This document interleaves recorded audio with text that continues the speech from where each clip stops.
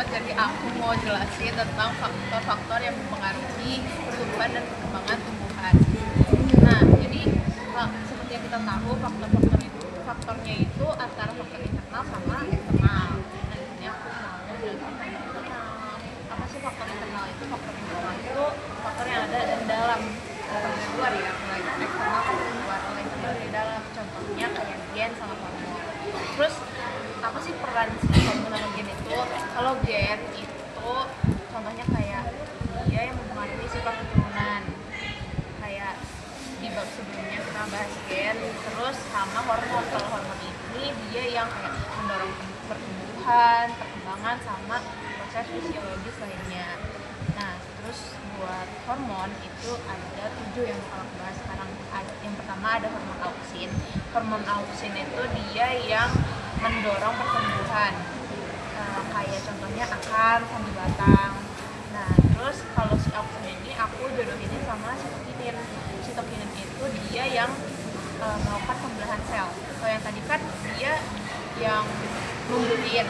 Nah, kalau ini tuh dia yang membelah sel.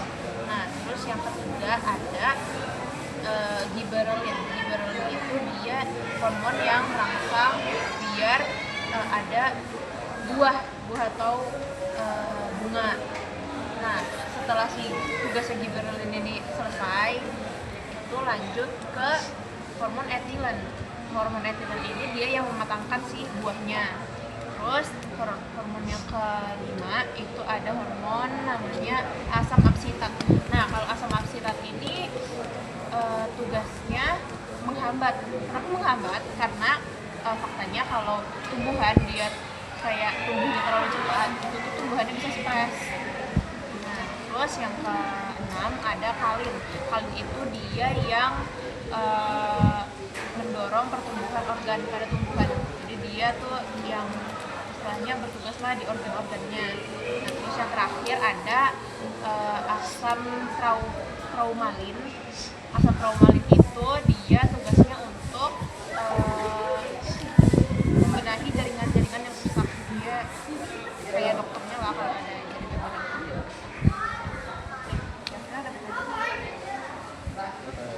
ya, oke, boleh.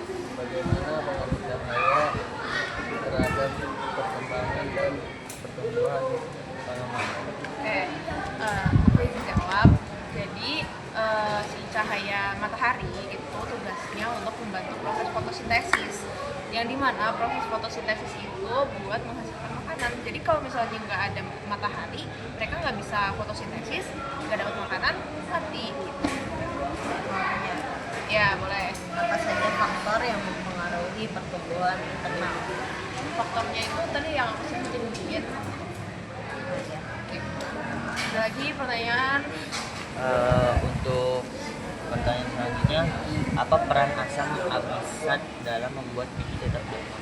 Asam absitat. Ya, itu. Nah, buat asam yang barusan ada di seperti itu dia tugasnya untuk mengatur agar si tumbuhan itu sukses.